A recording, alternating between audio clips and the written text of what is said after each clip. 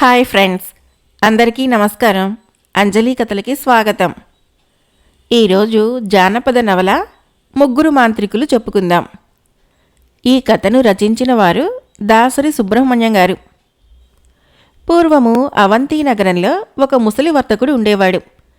అతడు వయసులో ఉండగా ఖండాంతరాల్లోని అనేక దేశాలు తిరిగి ఓడవర్తకం వల్ల చాలా ధనం గడించాడు. కాలక్రమేణా వయసు ముదిరి వృద్ధాప్యం మీద పడుతూ ఉండగా అతడు తన వ్యాపారాన్ని కొడుకులకు అప్పగించాలని ప్రయత్నించాడు. కానీ అతడి ముగ్గురు కొడుకుల్లో పెద్దవాళ్లైన జీవదత్తుడు, లక్షదత్తుడు ఎందుకు పనికిరాని వారుగా తయారయ్యారు. వాళ్ళు దురలవాట్లకు లోనై ఇంటి పట్టునే ఉండేవాళ్లు కాదు. మూడవ వాడైన పింగళుడికి ఇంకా 20 ఏళ్లైనా నిండలేదు. ముసలివర్తకుడు దిగులుతో మంచం పట్టి మరణించే ముందు తన యావదాస్తిని ముగ్గురు కొడుకులకు, భార్యకు సమంగా పంచి ఇచ్చాడు. తండ్రి మరణించగానే పెద్దవాళ్లైన జీవదత్తుడు, లక్షదత్తుడు తమకు సంక్రమించిన ఆస్తిని విచ్చలవిడిగా ఖర్చు పెట్టసాగారు. తన పెద్ద కొడుకులు ఇద్దరూ నిష్ప్రయోజకులని గ్రహించిన తల్లి తన వాటాకు వచ్చిన ఆస్తితో చిన్నవాడైన పింగళుడి ఇంటికి వెళ్ళి అక్కడే ఉండసాగింది. జీవదత్తుడు, లక్షదత్తుడు తమ చేజిక్కిన డబ్బు అయిపోగానే తల్లిని వెతుక్కుంటూ పింగళుడి ఇంటికి వచ్చారు. పింగళుడు అన్నలను చాలా ఆదరంతో ఆహ్వానించాడు. కానీ వాళ్ళిద్దరూ వస్తూనే పింగళుడిని కసిరికొట్టి తల్లి దగ్గరికి వెళ్ళి ఆమెను తమ ఇంటికి రావలసిందిగా కోరారు. తనంటే ఏమాత్రమూ గౌరవం కానీ ప్రేమ కానీ లేని పెద్ద కొడుకులిద్దరూ తనను వాళ్ళింటికి రమ్మని అడగటంలో ఉన్న రహస్యం ఏమిటో ఆమె గ్రహించింది. భర్త ఇచ్చిపోయిన ధనం కోసము వాళ్ళు తన మీద లేని ప్రేమను నటిస్తున్నారు.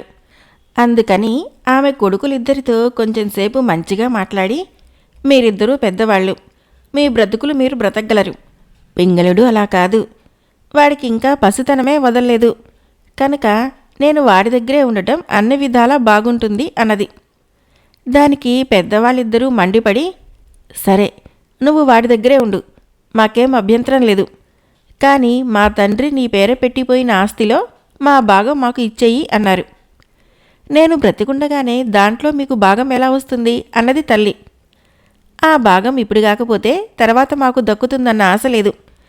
ఆ డబ్బు కాస్త కాజేసి పింగళుడు నిన్ను అయిపు ఆజా లేకుండా చేస్తే మేమేం కావాలి అన్నారు పెద్ద కొడుకులు.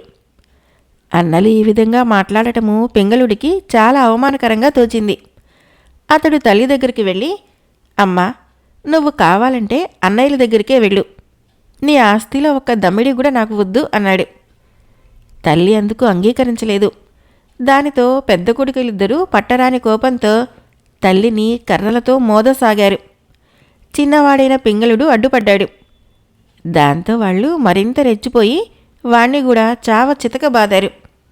తల్లి ఎట్లాగో ఇంట్లో నుంచి బయటపడి ఇరుగు పొరుగు వాళ్ళని పిలుచుకు వచ్చింది. వాళ్ళు పెద్ద కొడుకులిద్దరినీ గట్టిగా చీవాట్లు పెట్టారు. దానితో జీవదత్తుడు, లక్షదత్తుడు ఇంటి నుంచి బయటకు పోతూ, మేము లోకజ్ఞానం లేని అర్భకులం కాదు, మీ ఇద్దరినీ న్యాయస్థానానికి పిలిపిస్తాం, ఆస్తి ఎక్కడికి పోతుందో చూస్తాము అన్నారు. వారం తిరగకుండానే జీవదత్తుడు, లక్షదత్తుడు అన్నంత పని చేశారు. వాళ్ళు న్యాయస్థానంలో తల్లి మీద, తమ్ముడి మీద వ్యాజ్యం వేశారు. దానితో తల్లికి, పింగళుడికి న్యాయస్థానం నుంచి పిలుపు వచ్చింది. వాళ్ళు న్యాయస్థానానికి వెళ్లారు. న్యాయాధిపతి పెద్దవాళ్ళిద్దరి దగ్గర లంచం తీసుకొని ఉన్నవాడవటం చేత తల్లికి, పింగళుడికి వ్యతిరేకంగా తీర్పు చెప్పాడు. పింగళుడు తనకు తల్లికి అన్యాయం జరిగిందని పై న్యాయస్థానానికి అర్జీ పెట్టుకున్నాడు. నెల రోజులు న్యాయస్థానం చుట్టూ తిప్పి న్యాయాధిపతి చివరికి తల్లికి, పింగళుడికి అనుకూలంగా తీర్పు ఇచ్చాడు. తీర్పు తమకు అనుకూలంగా జరిగిన మధ్యవర్తులమంటూ వచ్చి రాజీ రాయబారాలు జరిపిన వారికి, న్యాయవాదులకి పెద్ద మొత్తాలు ఇవ్వటం ద్వారా పింగళుడు, తల్లి ఆస్తి అంతా పోగొట్టుకున్నారు. జీవదత్తుడు, లక్షదత్తుడు కూడా కటిక దరిద్రులైపోయారు. వాళ్ళిద్దరూ ఇక పొట్టగడిచే మార్గం లేక వీధుల వెంట తిరుగుతూ బిచ్చం ఎత్తసాగారు. పింగళుడు తమకు కలిగిన దురదృష్టానికి చింతించలేదు. అతడు తల్లికి ధైర్యం చెప్పి ఒక వల తీసుకొని చేపలు పట్టేందుకు నదికి వెళ్ళాడు. చేపలు పట్టే వృత్తికి కొత్తవాడైన పింగళుడు ఆ సాయంత్రం వరకు నదిలో వల వేసి చాలా చేపలు పట్టగలిగాడు. వాటిని బజారులో అమ్మి ఆ డబ్బుతో ఒక దుకాణదారు దగ్గర ఇంటికి కావలసిన సంబారాలన్నీ కొన్నాడు. ఈ విధంగా పింగళుడు పగలల్లా కష్టించి చేపలు పట్టి అవి అమ్మగా వచ్చిన డబ్బుతో సుఖంగా కాలం గడుపుతున్నాడు. కొద్ది రోజులకే ఈ సంగతి అన్నలిద్దరికీ తెలిసిపోయింది. వాళ్ళు పింగళుడు నదికి వెళ్ళిన సమయంలో బావురుమని ఏడుస్తూ తల్లి దగ్గరకు వచ్చి ఆకలితో మలమలా మాడిపోతున్నామని మొరపెట్టుకున్నారు. లోగడ తనకు ఎంత అన్యాయం చేసి ఉన్నా పుత్ర ప్రేమ కొద్దీ అవన్నీ మరిచిపోయి తల్లి వాళ్ళిద్దరికీ చక్కని భోజనం పెట్టింది. జీవదత్తుడు లక్షదత్తుడు తల్లికి కృతజ్ఞత చెప్పుకొని గతంలో తాము చేసిన అన్యాయాలకి పశ్చాత్తాపం వెలిబుచ్చారు. తల్లి కూడా వాళ్ల మీద జాలి తలచి తమ్ముడు లేని సమయంలో రోజూ వచ్చి అన్నం తినిపోవలసిందని వాళ్లకు చెప్పింది. పనిపాట్లు చేసుకుని గౌరవంగా బ్రతకటానికి ఒళ్ళు వంగని పెద్దవాళ్ళిద్దరూ ఇందుకు చాలా సంతోషించి కేరింతలు కొడుతూ వీధిలోకి వెళ్ళిపోయారు. పింగళుడికి ఇవేమీ తెలియవు. అతడు ప్రతిదినము సూర్యోదయంతో పాటే లేచి వల తీసుకొని నదికి పోతూ ఉండేవాడు. ఒకనాడు ఎందుకనో అతడు ఎంతసేపు నదిలో వల వేసినా ఒక్క చేప కూడా పడింది కాదు. ఏమా ఈ దురదృష్టం అనుకుంటూ అతడు సూర్యాస్తమయం వరకు ప్రయత్నించి ఏమీ దొరకక వల భుజాన వేసుకుని దిగాలు పడి ఇంటి మార్గం పట్టాడు. దారిలో ప్రతిదినము అతడు సామాను కొనే దుకాణం వాడు ఆ రోజు పింగళుడు దుకాణం దగ్గరికి రాకుండా పోవటం చూసి అతన్ని కేకవేశాడు. పింగళుడు దుకాణం వాడి దగ్గరకు పోయి ఆ రోజు తనకి నదిలో ఒక్క చేప అయినా దొరకలేదని, అందువల్ల తన దగ్గర డబ్బు ఏమీ లేదని చెప్పాడు. ఆ మాటలు వింటూనే దుకాణం వాడు నవ్వి, నీకు అవసరమైన సంబారాలన్నీ రోజు ఇక్కడే కొనుక్కుపోతుండేవాడివి గదా, అలాంటప్పుడు ఈరోజు డబ్బు లేకపోతే మాత్రం ఏం పోయింది, అవసరమైన సరుకులు తీసుకొని పో, రేపు డబ్బిద్దువు గాని అన్నాడు. పింగళుడు దుకాణం వాడి దయకు కృతజ్ఞత చెప్పి కావలసిన సామాన్లు తీసుకుని ఉత్సాహంగా బయలుదేరి రోజుటి కన్నా కొంచెం ముందుగా ఇల్లు చేరాడు. ఆ సమయంలో పింగళుడి అన్నలిద్దరూ సుఖంగా భోజనం చేస్తూ తల్లితో కబుర్లాడుతున్నారు. హఠాత్తుగా పింగళుడు లోపలికి వచ్చేసరికి వాళ్ళిద్దరూ గడబిడబడి సిగ్గుతో తల వంచుకొని పారిపోజూశారు. పింగళుడు అన్నలిద్దరినీ ప్రేమతో కౌగలించుకొని, అన్నలారా, మీరు ఉన్నంతలో హాయిగా భుజించండి, జరిగిపోయిందేదో జరిగిపోయింది, మనం ఒక్క తండ్రి సంతానం కదా అన్నాడు. తమ్ముడిలా అనేసరికి పెద్దవాళ్ళిద్దరికీ ఎక్కడ లేని ఆనందం కలిగింది. వాళ్ళు పింగళుడిని మెచ్చుకొని, నువ్వింత మంచివాడివని మాకు తెలీదు, తెలిస్తే అనవసరంగా నీ మీద వ్యాజ్యం వేసి మా ఆస్తితో పాటు నీది కూడా పోగొట్టేవాళ్ళం కాదు అన్నారు విచారిస్తున్నట్లు. కొడుకులు విరోధభావం మాని ఒకటైనందుకు తల్లి సంతోషించింది. పింగళుడు ఆ మరుసటి రోజున మామూలు వేళకే నదికి వెళ్ళాడు. ఆ రోజున కూడా సాయంత్రం వరకు ప్రయత్నించినా వలలో ఒక్క చేప కూడా పడలేదు. అతడు తన దురదృష్టాన్ని నిందించుకుంటూ ఇంటికి పోతూ ఉండగా దుకాణం వాడు మళ్లీ పిలిచి సంగతి తెలుసుకుని అప్పుగా మరికొంత సామాను ఇచ్చాడు. ఈ విధంగా వరుసగా 10 రోజులు నదిలో చేపలు దొరకకపోయేసరికి పింగళుడు విసిగిపోయి 11వ రోజున అక్కడికి క్రోసు దూరంలో ఉన్న చిలక సరస్సుకు చేపల కోసం వెళ్ళాడు. చిలక సరస్సులో అతడు వల వేసి ఒడ్డున కూర్చునేంతలో మైదానం మీద ఒక గుర్రపు రౌతు వస్తున్న సూచనగా దుమ్ము లేచింది.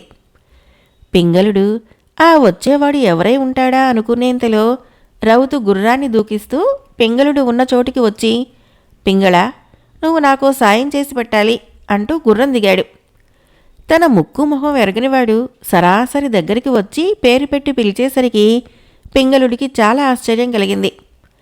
అతడు ఆ వచ్చిన వాడికేసి అనుమానంగా చూస్తూ, నా పేరు మీకెలా తెలుసు, మీకు కావలసిన సాయం ఏమిటి అన్నాడు. ఆ ప్రశ్నలకి కొత్తవాడు నవ్వి, నీ పేరేమిటో, నువ్వే సమయంలో ఈ చిలక సరస్సుకు చేపలు పడుతూ ఉంటావో అదంతా మా గురువుగారు నువ్వు పుట్టకముందే నాకు చెప్పాడు. అది 40 ఏళ్ల క్రిందటి మాట. నేనడిగిన సాయం చేయగలవా అని అడిగాడు. అదేదో చెప్పండి, ఇంతకు మీ పేరేమిటో చెప్పారు కాదు అన్నాడు పింగళుడు వినయంగా. నా పేరు మండనుడు. పోతే నువ్వు చేయవలసిన సాయం ఏమంత కష్టమైంది కాదు. నా చేతులు 2 తాడుతో వెనకకి కట్టేసి నన్ను ఎత్తుకుపోయి సరస్సులో పడవేయి. కొద్దిసేపు తర్వాత నా తల ముందు నీటిపైన కనపడితే వల వేసి నన్ను బయటికి లాగు. అలా కాక కాళ్ళు గాని ముందు తేలితే నువ్వు ఈ గుర్రాన్ని పట్టణంలోకి తీసుకొని పోయి కాంచనమిశ్రుడు అనే వర్తకుడికి ఒప్పజెప్పావంటే అతడు నీకు 100 మొహరీలు ఇస్తాడు అన్నాడు. పింగళుడు మండనుడు చెప్పినట్లు చేయటానికి అంగీకరించాడు. మండనుడు గుర్రపు జీనుకు వేలాడుతున్న ఒక తాడు తెచ్చి పింగళుడికి ఇచ్చాడు. పింగళుడు మండనుడి చేతులను వెనక్కి విరిచికట్టి అతన్ని భుజాన వేసుకొని సరస్సు ఒడ్డునే నిలబడి అతన్ని సరస్సులోకి విసిరివేశాడు. 1-2 నిమిషాల కాలం సరస్సులో అలలు లేచి సద్దుమణిగిన తర్వాత మండనుడి కాళ్ళు ముందుగా నీటిపైకి తేలినాయి.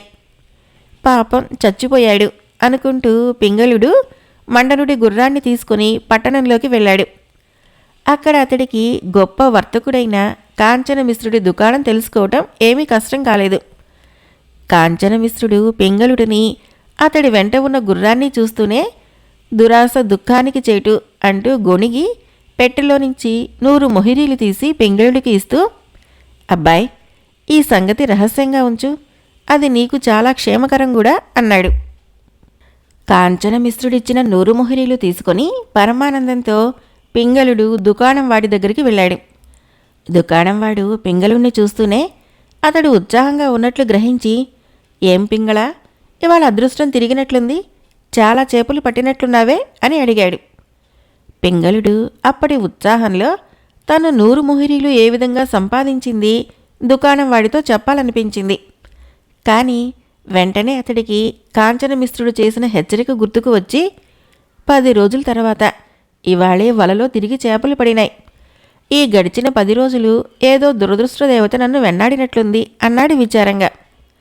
తర్వాత పింగళుడు ఆనాటి వరకు దుకాణం వాడికి ఇవ్వవలసిన డబ్బంతా లెక్కజూసి ఇచ్చి తనకు కావలసిన సామాన్లు తీసుకుని ఇంటికి వెళ్ళాడు.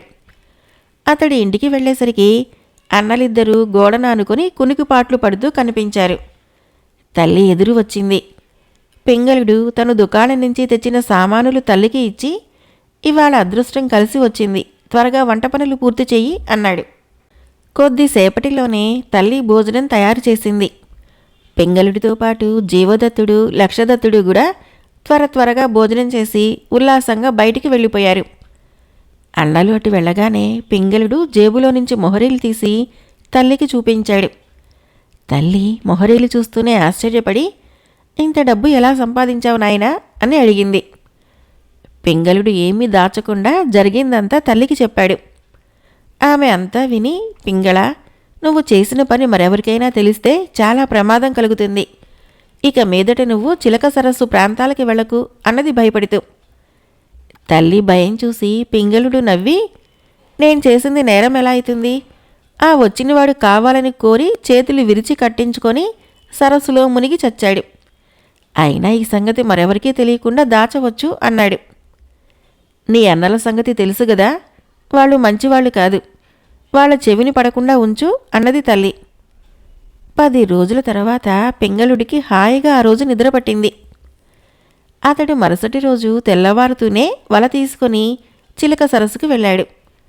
అతడు సరస్సులో మిట్ట మధ్యాహ్నం వరకు వల వేసినా ఒక్క చేప అయినా పడలేదు. అతడు నిరుత్సాహపడి ఇక ఇంటికి వెళదామా అనుకునేంతలో అల్లంత దూరాన వేగంగా వస్తూ గుర్రపు రౌతు ఒకడు కనిపించాడు. పింగళుడు అదిరిపడ్డాడు. గుర్రం మీద వస్తున్న వ్యక్తి అచ్చగా నిన్న వచ్చిన మండనుడిలాగే ఉన్నాడు.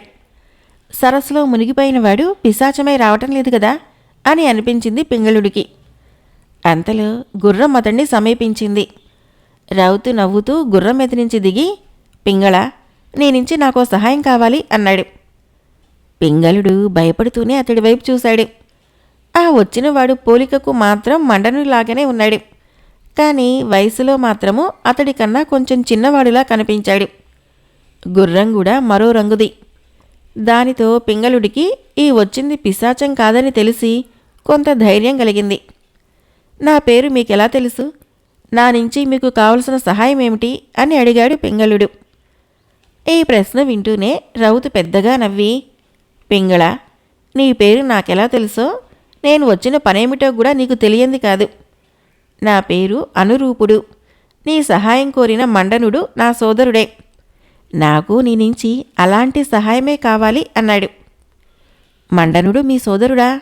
ఆయన ఎక్కడున్నాడు అని అడిగాడు పింగళుడు. అనురూపుడు పొట్ట చెక్కలయ్యేలా నవ్వి సరస్సు మధ్యకు చేయి చూపుతూ, బహుశా మండరుడు అక్కడ ఉండి ఉంటాడు, లేక ఈసరికి జలచరాలకి ఆహారమైనా అయి ఉండవచ్చు అన్నాడు. అయితే నిన్న ఇక్కడ జరిగిందేంటో అంతా మీకు తెలుసన్నమాట అని ప్రశ్నించాడు పింగళుడు.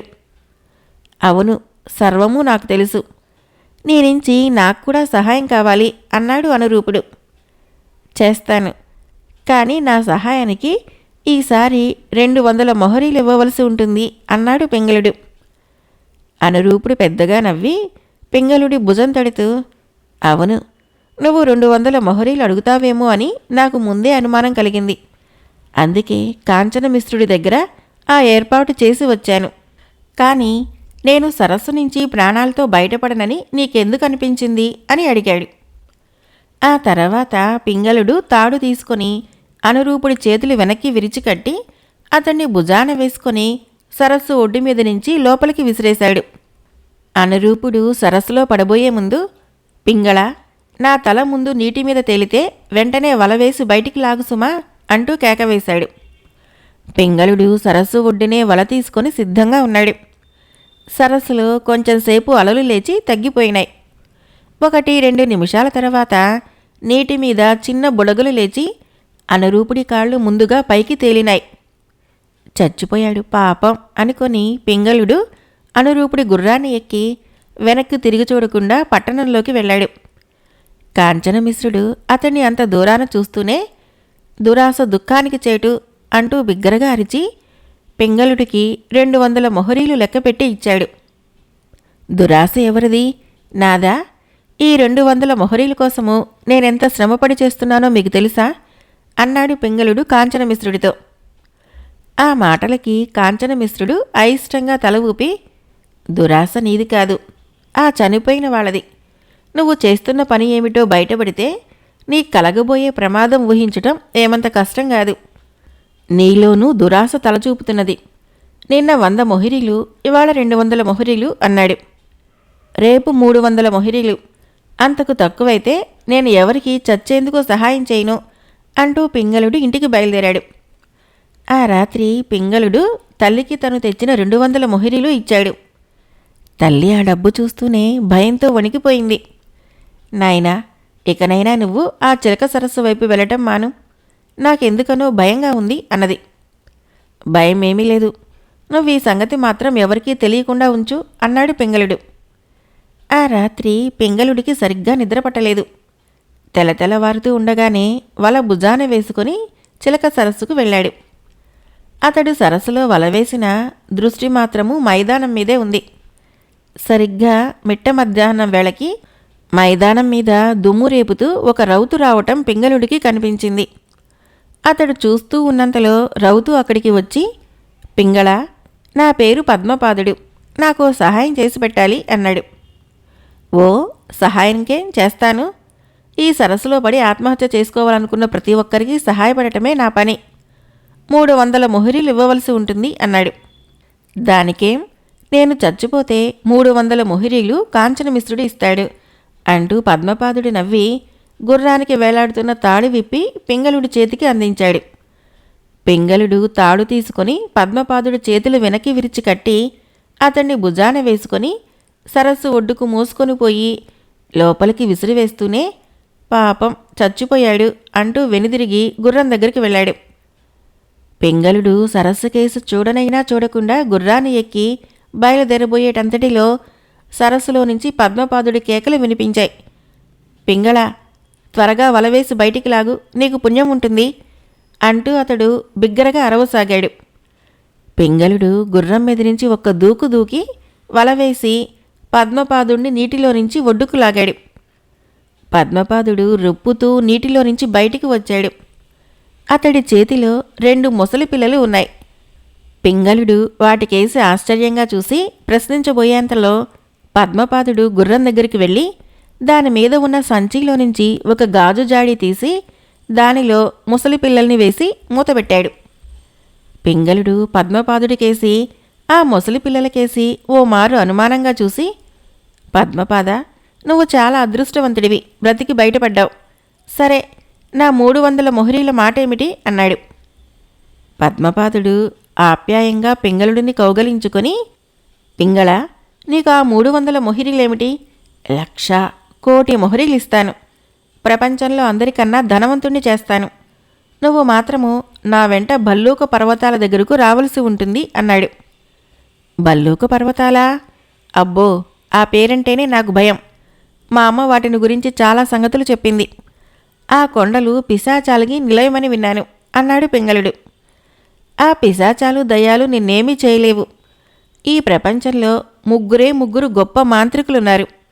వాళ్లలో 2 స్వయంగా నువ్వే ఈ సరస్సుకు బలి ఇచ్చావు. ఇక మిగిలిన వాడిని నేను అన్నాడు పద్మపాదుడు. నాకేం అర్థం కావటం లేదు అన్నాడు పింగళుడు ఆశ్చర్యంగా. అలా అయితే నీ సహాయం కావలసిన వాణ్ణి గనక సంగతంతా చెబుతాను విను అంటూ పద్మపాదుడు ఇలా చెప్పసాగాడు. మేం 3 అన్నదమ్ములం. మా తండ్రి గొప్ప మాంత్రికుడు. ఆయన తన మంత్రశక్తి వల్ల అనేకులకు మేలు, కొందరికి కీడు కూడా చేశాడు. ఆయన చిన్నప్పటినుంచి మా అన్నదమ్ముల్లో ఎవరి మీద పక్షపాతం చూపకుండా అందరికీ మంత్రవిద్యలో ప్రవేశం కల్పించాడు. ఆయన పెద్దవాడయ్యి మరణించే ముందు ఆస్తిపాస్తులన్నీ మాకు సమానంగా పంచి ఇచ్చాడు. కానీ ఆయన తనకు తెలిసిన మంత్రవిద్యనంతా రాసి ఉంచిన పుస్తకాన్ని మాత్రము మాకెవ్వరికీ ఇవ్వకుండా, మీలో ఎవరు శక్తివంతులైతే వారికి అది లభిస్తుంది అని చెప్పి మరణించాడు. ఆయన మరణించిన మరుక్షణం నుంచి మా అన్నదమ్ముల్లో కలతలు బయలుదేరినాయి. మాలో ప్రతి ఒక్కరికి ఆ పుస్తకాన్ని తమదిగా చేసుకోవాలనే కోరిక పుట్టింది. ఒకరి మీద ఒకరము మంత్రశక్తి ఉపయోగించుకోవడానికి తయారయ్యాము. అన్నదమ్ములము ఒకరిని ఒకరం నాశనం చేసుకునేటందుకు సిద్ధమవుతున్న దశలో మా తండ్రికి మంత్రవిద్య నేర్పిన గురువు మా ఇంటికి వచ్చాడు. అతడు మా పొట్లాట చూసి చాలా బాధపడ్డాడు. ముగ్గురిని ఒకచోట కూర్చోబెట్టి, మీ తండ్రి విడిచిపోయిన ఆ పుస్తకాన్ని గురించి మీకేమీ తెలీదు. అందుకే తగువులాడుకుంటున్నారు. మీలో ఎవరు శక్తిమంతులైతే వారికి ఆ పుస్తకం లభిస్తుందని మీ తండ్రి చెప్పాడు కదా. కనుక ఆ పుస్తకంలో ఉన్న మంత్రశక్తులు మీ ఆధీనం కావాలంటే ముందుగా మీరు సాధించవలసింది చాలా ఉంది అన్నాడు. అదేంటో చెప్పమని ఆయన్ని కోరాము. ఆయన ఇలా చెప్పసాగాడు. 3 మాంత్రికులు జానపద కథ మొదటి భాగం సమాప్తం. ఫ్రెండ్స్, నా కథలు నచ్చినట్లయితే మన ఛానల్ని తప్పకుండా సబ్స్క్రైబ్ చేయండి, లైక్ చేయండి, షేర్ చేయండి, కామెంట్ చేయండి. Thank you.